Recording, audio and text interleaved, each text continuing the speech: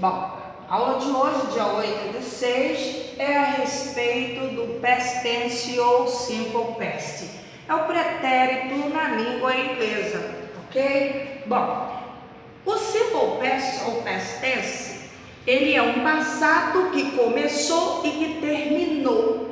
Porque em inglês existem outros passados, um passado que começa, termina e dá continuação a um novo passado. O que nós estamos vendo é o past tense, começou e terminou no passado. Bom, gente, os verbos em inglês são divididos em dois, como em português. Nós temos os verbos regulares e temos os verbos irregulares, ok? Primeiro vamos falar dos verbos regulares.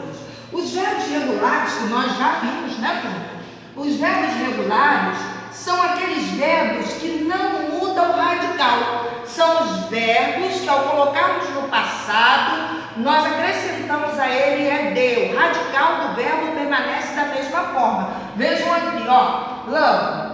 O passado deste verbo é loved. Dance. O passado do verbo dance é danced. Não houve alteração nenhuma no verbo, nós só acrescentamos nele o D. Há alguns verbos que precisamos acrescentar o ED, por exemplo, work. Eu coloco o ED, worked, tá vendo? Porque este verbo ele não terminou com E, por isso acrescentamos o ED. Agora veja o verbo cry, o verbo chorar. Verbo terminado em Y, antecedido de consoante. O passado dele vai ser cried. Eu preciso tirar o Y, substituo pela letra I e só depois coloco o ED. Por que eu tirei este Y? Porque antes do Y eu tenho uma consoante. Mas aí eu vou colocar o verbo play, o verbo brincar, jogar, tocar. Veja aqui o passado dele. Played. Eu só acrescento o ED, eu não tirei o Y. Por que não tirei o Y? Porque antes dele vem uma vogal. Então, vindo vogal após, antecedendo o Y, a vogal permanece, aqui como no exemplo, e eu coloco ED. Vindo o Y antecedido de consoante, eu retiro o Y, coloco o I e só depois é que eu coloco o ED. Vocês entenderam até aí, pessoal? Bom, esses são os verbos regulares. Nós temos os verbos irregulares. Vamos falar dos verbos irregulares?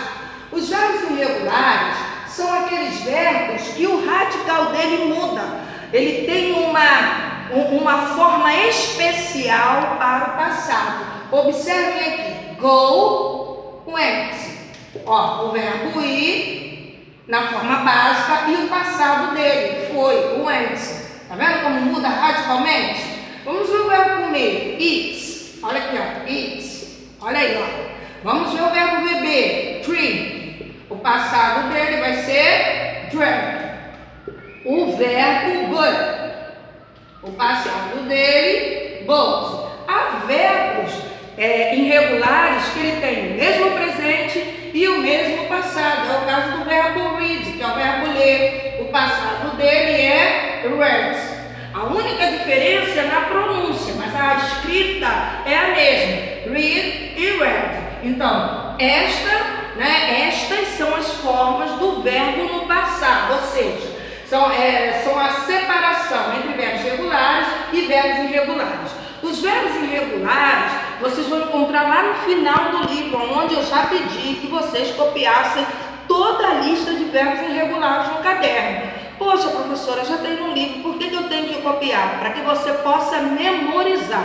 Não há outro jeito de você aprender os verbos irregulares, a não ser copiando, estudando, como se fosse uma tabuada, ok? Bom, nós só usamos essas formas dos verbos, tá? Com ED ou a forma especial para os verbos irregulares, quando nós colocamos as frases na forma afirmativa. Vejam aqui, ó. She danced.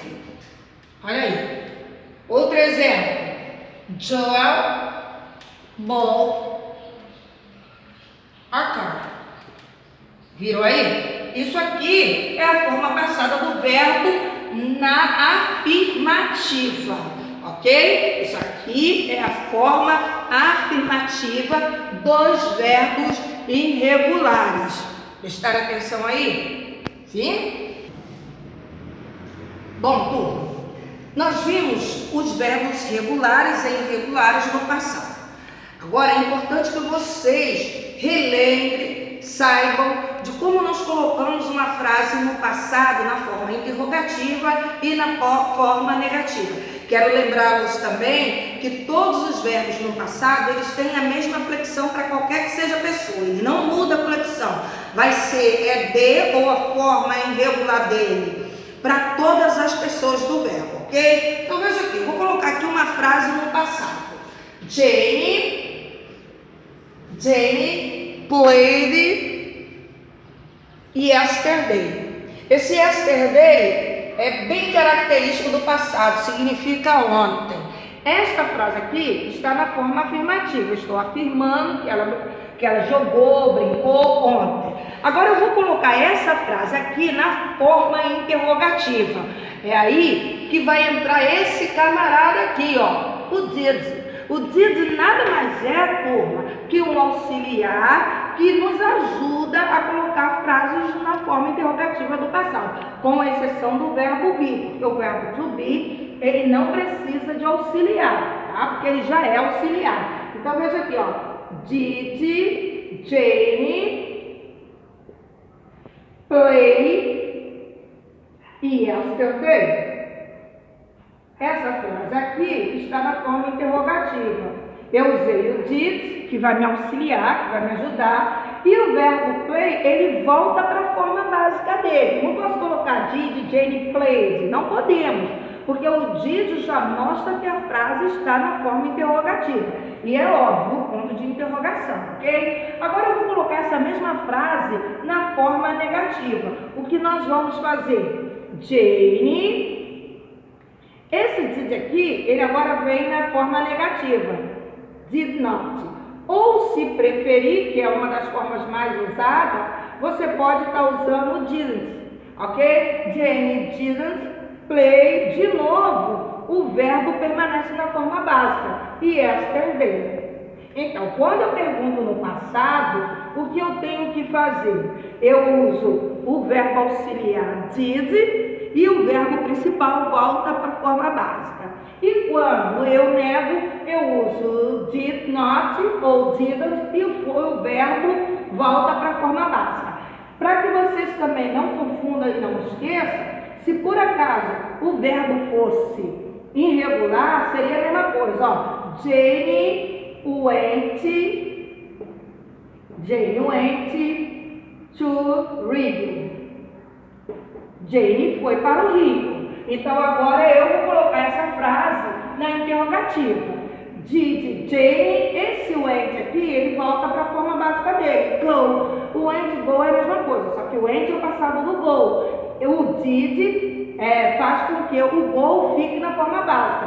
To Rio. Olha aí, interrogativa, forma interrogativa, né? Interrogativo forma. E na negativa? Jane did not or didn't go to Rio. É importante que vocês saibam que jamais, em hipótese alguma, colocamos o verbo no passado quando ele estiver na interrogativa ou na negativa.